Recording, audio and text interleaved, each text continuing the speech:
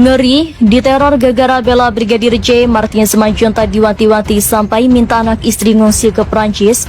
Kalau gua kenapa-napa, Dan saya bilang sama istri saya, ya udah intinya gini, kalau gua kenapa-napa, bawa anak-anak kita ke Perancis, jualin kita punya semua di Indonesia, sekolahin sampai tinggi, nanti kasih tahu siapa bapaknya, pulang lagi ke Indonesia, ikuti jejak bapaknya. Harus kembali lagi kepada pertanyaannya, siapakah Sambo itu? Saya pernah menyatakan Sambo mempunyai geng yang kuat, bahkan saya bilang geng mafia. Yang kedua, siapakah Sambo? Sambo itu polisinya polisi, dia punya data-data rahasia tentang pejabat umum. senang Ferdi Sambo divonis mati. Krisna Mukti cemaskan nasib sang hakim, mengatakan anak buah FS masih banyak di luar. Alhamdulillah. Nah, ini putusannya sesuai dengan harapan gue dan juga mungkin harapan banyak masyarakat ya. Semoga nggak terjadi lagi kasus yang seperti Sambo ini di kemudian hari ya. Bravo buat para hakimnya, tapi gue juga merasa khawatir nih, jujur aja ya, dengan putusan seperti ini, hukuman mati untuk Ferdi Sambo dan 20 tahun untuk bininya. Gue ngerinya nanti nih ya, ada kemungkinan para hakimnya ini diintimidasi atau ada ancaman-ancaman. Lo tahu sendiri lah FS orangnya seperti apa kan, masih banyak anak buahnya di luar sana gitu loh. Jadi gue berharap negara melindungi. Terus ini berada di ruang yang jelas bau busuk dan penuh jaringan cancer. Ini kan bukan cuma menyangkut soal pembunuhan dan penghilangan barang bukti atau kasus Brigadir J, tapi juga berkembang kan, mulai juga ada persoalan judi, persoalan Satgasus. Menurut saya konstruksi hukum, konstruksi peristiwa yang dibangun oleh hakim itu luar biasa. Semua dipertimbangkan yang muncul dalam sidang, segi-segi psikologisnya, sosialnya, politisnya muncul semua di situ, dan di berbagai kontroversi lalu mereka bisa mengambil kesimpulan dengan begitu berani dan tepat, gitu ya, dengan penuh keyakinan. Nah, bagi saya surprise, sehingga saya langsung bertepuk tangan. Oke, tepuk tangan itu bukan sesuatu yang patut dirayakan gitu. Ada hakim yang kemudian bisa mandiri, bisa independen gitu. Takut dirayakan apa enggak, karena saya surprise saja gitu, wah hebat ini gitu. Nah, kalau mau ada yang merayakan bagus, karena ini berarti gini, ada kita ternyata punya hakim-hakim yang bermartabat, menjaga marwah seperti itu di tengah peristiwa besar, kasus besar yang seperti ini. Hari kedua itu ada beberapa mobil ya yang menurut tangkapan CCTV saya dan diperhatikan oleh adik saya itu yang pergerakannya mencurigakan. Lalu kadang-kadang ada orang telepon tapi nggak jelas ngomongnya, kayak mau mencoba mensabotase. Lalu ada tiba-tiba kawan saya udah lama nggak pernah WhatsApp, tiba-tiba WhatsApp mengatakan bahwa hati-hati anak masih kecil. Ini kan jadi satu pertanyaan besar gitu. Oh, semuanya tiba-tiba gitu loh semenjak nangani kasus ini, Bang. Tapi kalau saya gini ya, ketika saya sudah melakukan sesuatu, ya sudah, saya selesaikan sampai akhir. Kuasa hukum keluarga Brigadir J. Martin Lukas Simanjuntak mengungkap teror yang dialaminya selama memutuskan untuk mengawal kasus yang melibatkan Ferdi Sambo sebagai petinggi Polri saat itu.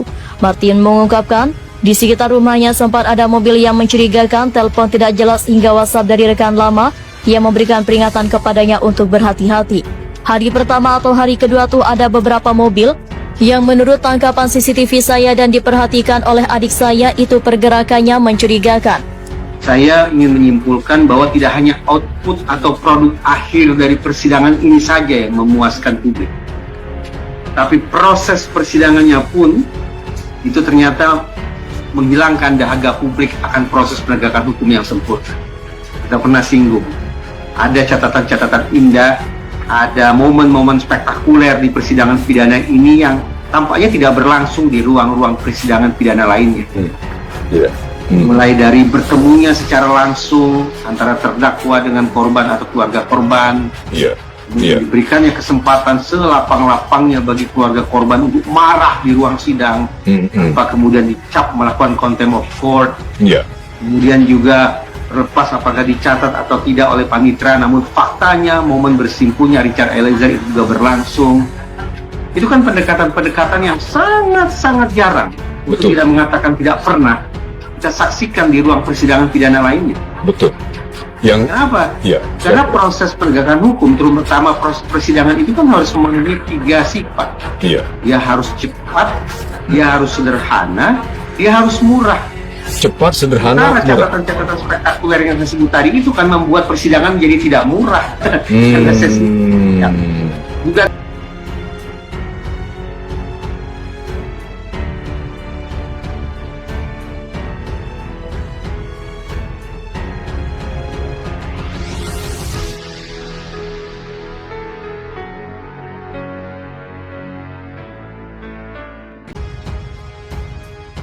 J. Martin lalu memberikan pesan kepada istrinya jika seandainya ada sesuatu yang terjadi kepada dirinya. Martin meminta istrinya untuk membawa anak-anak mereka ke Perancis karena kakak kandungnya tinggal di sana. Ia juga meminta untuk menyekolahkan kedua anaknya setinggi mungkin. Saya bilang sama istri saya, ya udah intinya gini, kalau gua kenapa-napa langsung pergi ke luar negeri, besarin anak-anak kita, bawa anak-anak kita ke Perancis, jualin yang kita punya semua di Indonesia. Sekolahin sampai tinggi, nanti kasih tahu siapa bapaknya, pulang lagi ke Indonesia, ikut jejak bapaknya, pungkasnya. Namun ternyata bukan hanya ia dan Kamarudin yang mengawal kasus pembunuhan Brigadir J dan melawan Verdi Sambo, tapi ada juga tokoh yang membantu mereka sehingga Martin merasa aman. Ia menyampaikan, tapi puji Tuhannya ternyata beberapa hari kemudian saya tahu bahwa kita bukan hanya berdua. Pada saat itu ada Dr. Nelson Simanjuntak, ada juga Bang Jansan Panjaitan yang mantan IPW yang terkenal terbiasa untuk melawan arogansi aparat. Saya lumayan merasa secure gitu loh. Ternyata ada tokoh lain yang bisa secara reputasi ya membuat lawan itu cukup bergetar. Dari situ akhirnya kita jalani ya sampai sekarang. Tandasnya, setelah divonis hukuman mati, Verdi Sambo mulai bergerak melawan dengan cara melakukan banding. Menanggapi hal itu, Martin Simanjuntak menghargai upaya yang dilakukan Verdi Sambo tersebut. Martin Simanjuntak sebagai kuasa hukum keluarga Brigadir J mengatakan bahwa banding yang diajukan oleh pihak Verdi Sambo merupakan sebuah hak. Bahkan sebelum vonis untuk para terdakwa dibacakan, Martin Simanjuntak mewakili keluarga korban menyampaikan bahwa keluarga korban akan menerima apapun keputusan hakim. Jadi pihak keluarga Yosua pun tentu akan menghormati keputusan setelah banding apabila hukuman para terdakwa menjadi lebih ringan. Martin Simanjuntak menjabarkan bahwa dirinya belum bisa menerka-nerka vonis akhir yang akan didapatkan oleh terdakwa kasus pembunuhan Yosua yang melakukan banding.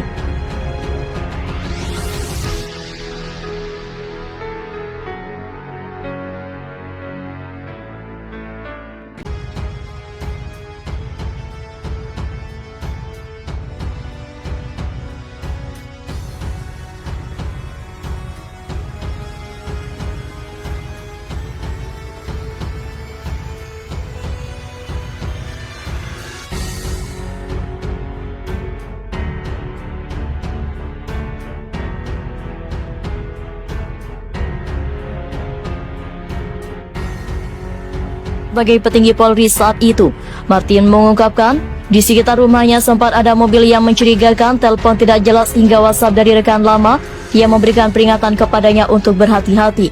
Hari pertama atau hari kedua tuh ada beberapa mobil yang menurut tangkapan CCTV saya dan diperhatikan oleh adik saya itu pergerakannya mencurigakan.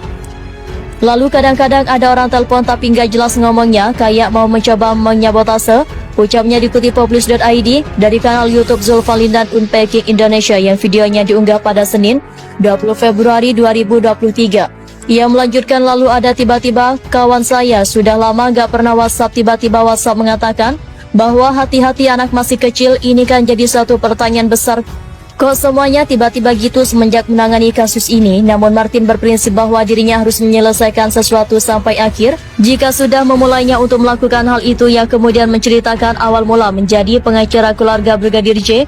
Martin menjelaskan, pada saat tanggal 13 Juli 2022 itu ketika Bang Kamarudin mengatakan kita akan bela keluarga Yosua, kan saya sudah tahu siapa ini, rumah siapa itu, rumahnya Bapak Verdi Sambo Jenderal Bintang 2 Kadifropam. Pada saat itu kita belum tahu kalau dia ke Satgasus Merah Putih karena itu dokumen rahasia. Di situ saya nanya, ini beneran kita lawan dia nih Bang? Iya benar, emang kenapa? Siapa saja? Ya kita saja berdua. Saya di situ bilang ya udah, iya dalam hati saya sudah nggak bisa tidur tuh. Sambungnya menirukan percakapan dengan Kamarudin Simanjuntak.